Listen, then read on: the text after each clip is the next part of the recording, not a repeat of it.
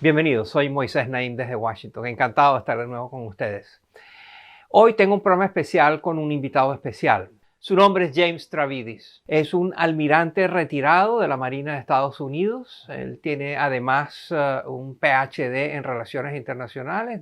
Después que se retiró de la Marina, fue decano de la Escuela Fletcher de Relaciones Internacionales. Es autor de 9 libros. Ha acumulado más de 50 medallas durante su carrera militar. Pero no es por eso que lo invitamos, no es por esas credenciales, son por otras credenciales que él también tiene, como un agudo observador de la realidad política como militar.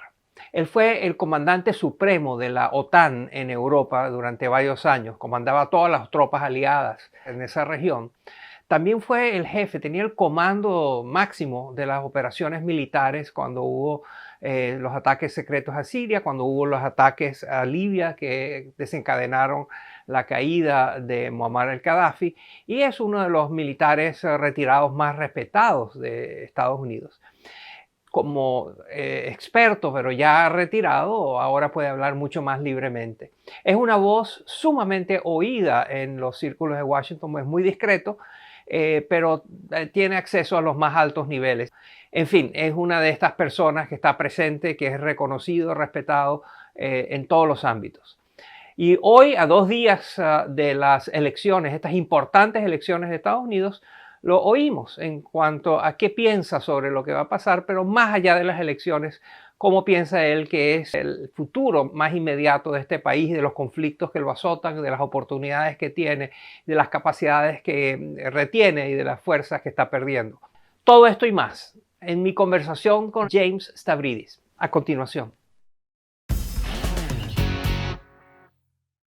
Dentro de 2 días en Estados Unidos va a haber una de las elecciones presidenciales más importantes en mucho tiempo.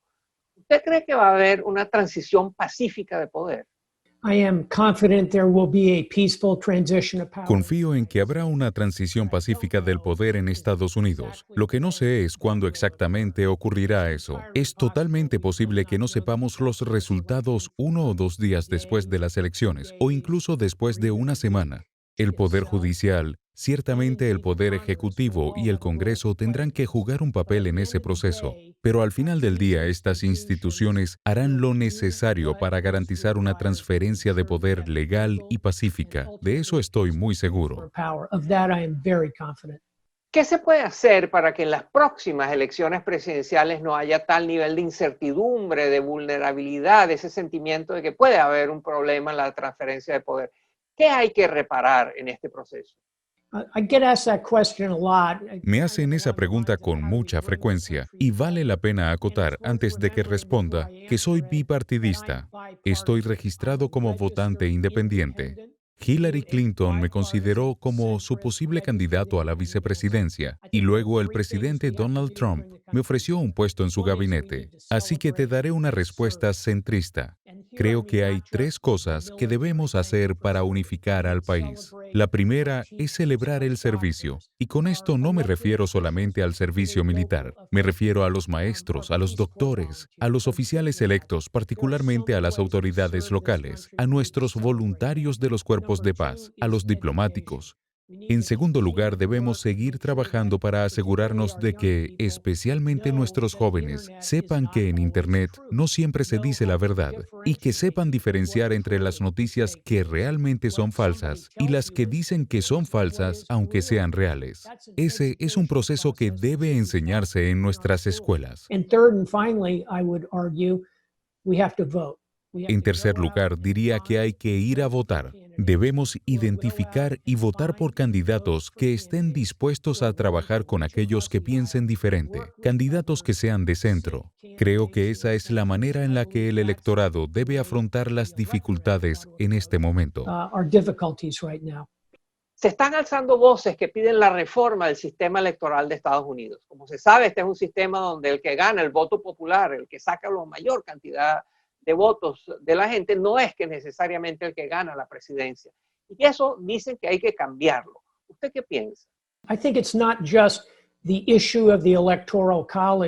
Creo que el problema no es solo el colegio electoral. Veo venir muchos cambios a nuestro sistema de gobernanza, y eso está bien. Piensa en la trayectoria de los Estados Unidos durante los últimos 240 años. Hemos cambiado enormemente en ese periodo. The beauty of American democracy, in all of its messiness and difficulty, is that we have always found a way to adapt and change. La belleza de la democracia estadounidense, a pesar de todo el desorden y de las dificultades, es que siempre hemos encontrado una manera de adaptarnos y de cambiar. Hace 100 años, muchas minorías, especialmente los afroamericanos, no podían votar. Las mujeres no podían votar. Siempre han habido cambios y siempre habrá cambios. Y creo que hay un creciente sentimiento de que el colegio electoral tendrá que ser modificado. Might need to be adjusted. Como usted sabe, las encuestas en todas partes del mundo muestran que hay una declinación en el respeto hacia Estados Unidos. La reputación del país internacionalmente ha sufrido mucho. ¿Qué propondría usted? ¿Qué debería hacerse para que Estados Unidos recupere el prestigio que ha perdido en los últimos años? Well, let's start with just quickly examining the hand of cards that the United States Bueno, holds. empecemos examinando rápidamente la mano de cartas que tiene en este momento Estados Unidos. Seguimos siendo la economía más grande del mundo. Somos una nación de vasto territorio con muchos recursos naturales. Tenemos un sistema universitario que es la envidia del mundo en muchos sentidos. A pesar de algunas de las políticas del gobierno de Donald Trump, logramos atraer a muchas personas a este país. Tenemos una vibrante industria tecnológica que es líder en muchos aspectos y somos el mayor productor agrícola de muchos cultivos. Antes de catalogar a Estados Unidos como una nación en declive, yo le echaría otra mirada a esa mano de cartas. I don't mean that to sound arrogant, and I agree with your comment that the reputation and the standing of the United States has declined. No pretendo sonar arrogante. Sí estoy de acuerdo con tu comentario de que la reputación del país ha decaído, y no solo en el gobierno de Donald Trump, sino desde el 11 de septiembre, la invasión en Irak y las largas guerras en Medio Oriente. ¿Cómo nos recuperamos? De la manera tradicional, comprometiéndonos con nuestros aliados, socios y amigos en todo el mundo. Debemos dejar de salirnos de acuerdos internacionales. Si hay que criticar a algún aliado, debemos hacerlo en privado. If you have to criticize an ally, do it in private.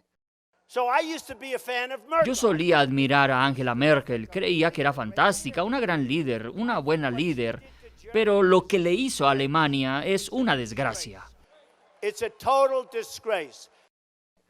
Commend your allies in public. Debemos elogiar a nuestros aliados públicamente. Todas estas son herramientas diplomáticas simples que están a la disposición del próximo gobierno, ya sea uno liderado por Donald Trump o por Joe Biden. Or a Biden administration.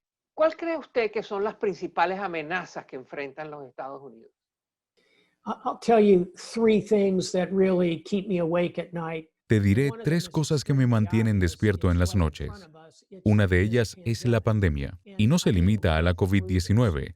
Creo que vamos a superar esto, pero si te fijas en la historia, una pandemia solía surgir cada 100 a 200 años. Y en los últimos años hemos tenido el MERS, el SARS, el ébola y ahora la COVID-19. Y el Zika aún no lo tenemos controlado. ¿Por qué está aumentando la frecuencia de las pandemias? Porque estamos hacinados en centros urbanos, porque volamos en avión por todo el mundo constantemente. Como resultado de todo esto, debemos ser más conscientes de la próxima pandemia. La segunda es la ciberseguridad. Hay solo 7.000 millones de personas en el planeta y 50.000 millones de dispositivos conectados a la Internet. Eso es maravilloso. Puedo usar mi celular para abrir la puerta de mi garaje. Pero la mala noticia es que nuestros oponentes pueden utilizar esta tecnología para atacar nuestra red eléctrica, nuestros sistemas de transporte y nuestros sistemas médicos. And then number three, I would say, is the return of great power competition. Y la tercera diría que es el regreso de la competencia entre potencias. Al final de la Guerra Fría, cuando la Unión Soviética colapsó, Estados Unidos dejó de tener un competidor directo. Esos días se acabaron. Hoy tenemos a una Rusia resurgente y a China, y no creo que lleguemos a una guerra armada con China, pero podríamos terminar en una guerra fría. ¿Qué consecuencias tendría esto para las tecnologías del mundo? Nos disociamos de China de manera que se vuelva mucho menos efectiva, mientras continuamos intentando globalizar la información y el comercio. Esas son tres cosas que realmente me preocupan. So those are the three things I really worry about. ¿Sería justo decir que usted opina que China es una amenaza más peligrosa para los Estados Unidos que Rusia?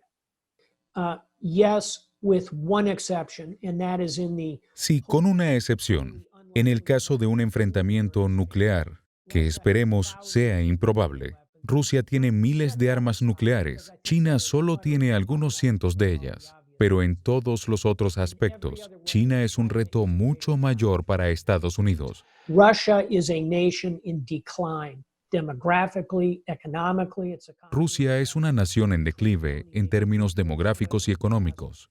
Su economía solo tiene un punto fuerte, o bueno, quizás dos: petróleo y gas. Está rodeada de desafíos por todas sus fronteras. No tiene aliados reales. China, en cambio, es una nación que está creciendo. Y cuando las naciones crecen y se enfrentan a poderes establecidos, una y otra vez en la historia, suelen entrar en conflicto, y debemos evitar eso con China. those nations stumble into a conflict. We need to avoid that with China. ¿Cuál cree usted que fue el mayor acierto del gobierno de Donald Trump en el área de la política internacional?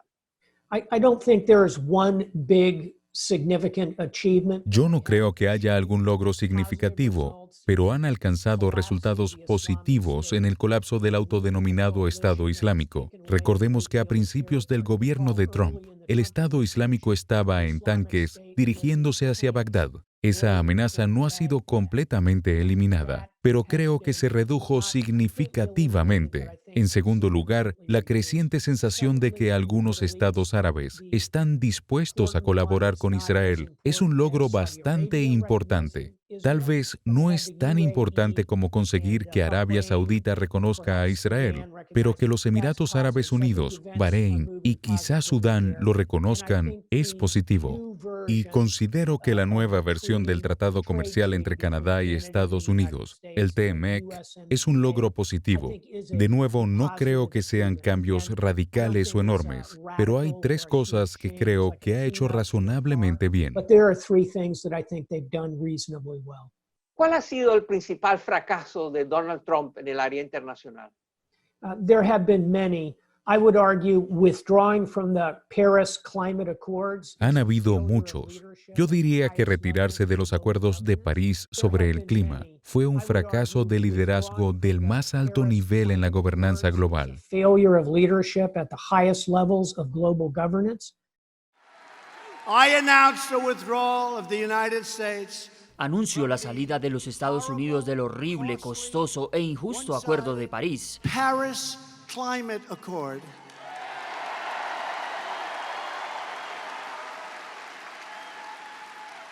Pregúntenles cómo les está yendo en París con ese acuerdo. No muy bien. Not too good.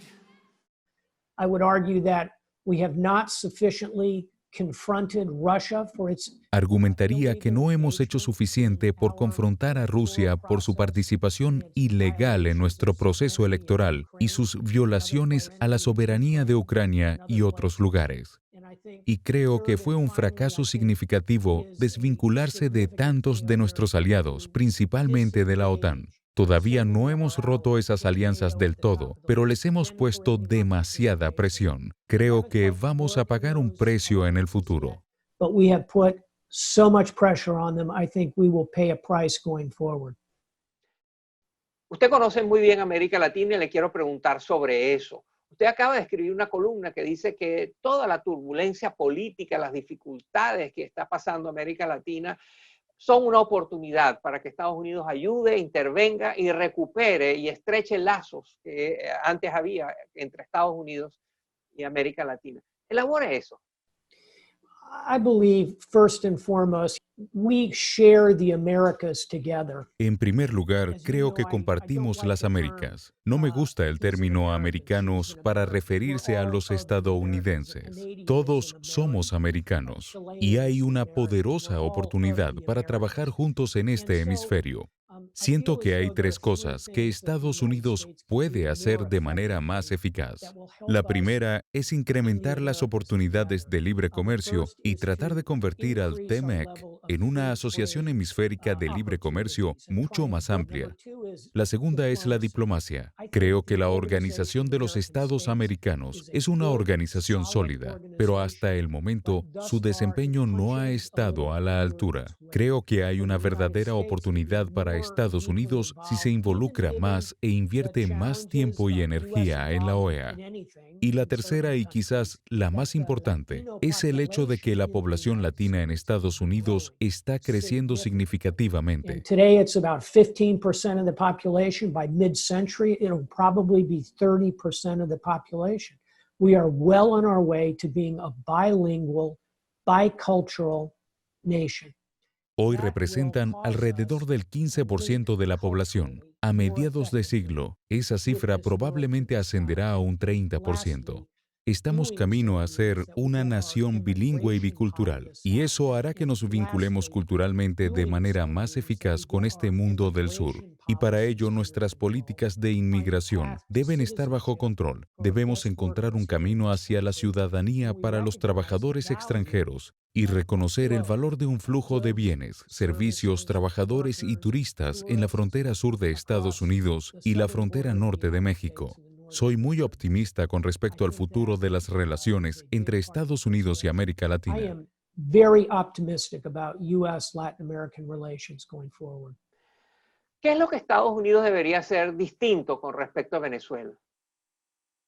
I think on this one, I would increase our work with the Organization of American States. Creo que debemos aumentar nuestro trabajo con la Organización de Estados Americanos y proporcionar los recursos para que sea más efectiva. Y no hablo de una intervención militar, porque no creo que eso tenga éxito. Otra cosa que debemos hacer fuera de la región es utilizar nuestra capacidad para hacer que Rusia retire su apoyo y compromiso con Venezuela. Y francamente, creo que también debemos hablar en secreto con Cuba para ir cortando esos hilos de apoyo hacia Venezuela. Nada de esto es particularmente diferente. Eventually, I believe that Maduro will fall like a rotten apple from the tree. What we really ought to be doing is preparing for the day when that occurs. Y eventualmente creo que Maduro se caerá como una manzana podrida del árbol. Lo que realmente deberíamos estar haciendo es prepararnos para el día en que eso ocurra, y eso significa tener planes en marcha y estar listos para ir nuevamente a la región y ayudar a Venezuela a recuperarse de la tragedia. In helping regain the tragedy of Venezuela. El almirante James Stavridis es una de las voces más oídas, más influyentes y respetadas en Washington en temas de relaciones internacionales, seguridad, asuntos militares. Muchas gracias por estar con nosotros, almirante. Gracias por su tiempo.